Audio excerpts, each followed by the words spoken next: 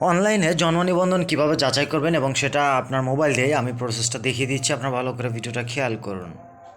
অনলাইনে জন্ম নিবন্ধন যাচাইয়ের জন্য আপনি চলে যাবেন গুগলে, সেখানে গিয়ে আপনি লিখবেন ই ভেরিফাই, হ্যাঁ, ই ভেরিফাই .bdrs.gov.bd। এটা দেওয়ার পরে এই যে প্রথম যে লিঙ্কটা আসবে, এই লিঙ্কে আপনারা চলে যাবেন।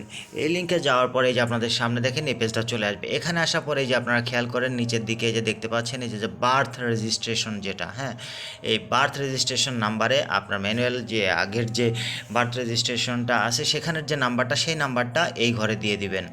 তারপরে যে নিচের দিকে এসে ডেট অফ বার্থ, এখানে আপনার ডেট অফ বার্থটা আপনি দিয়ে দিবেন।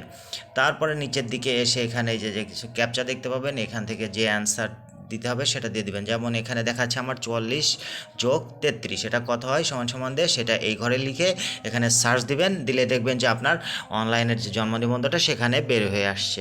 এভাবে করে আপনারা অনলাইন থেকে আপনাদের জন্ম নিবন্ধন কিন্তু নিজেরাই এখন যাচাই করে নিতে পারবেন।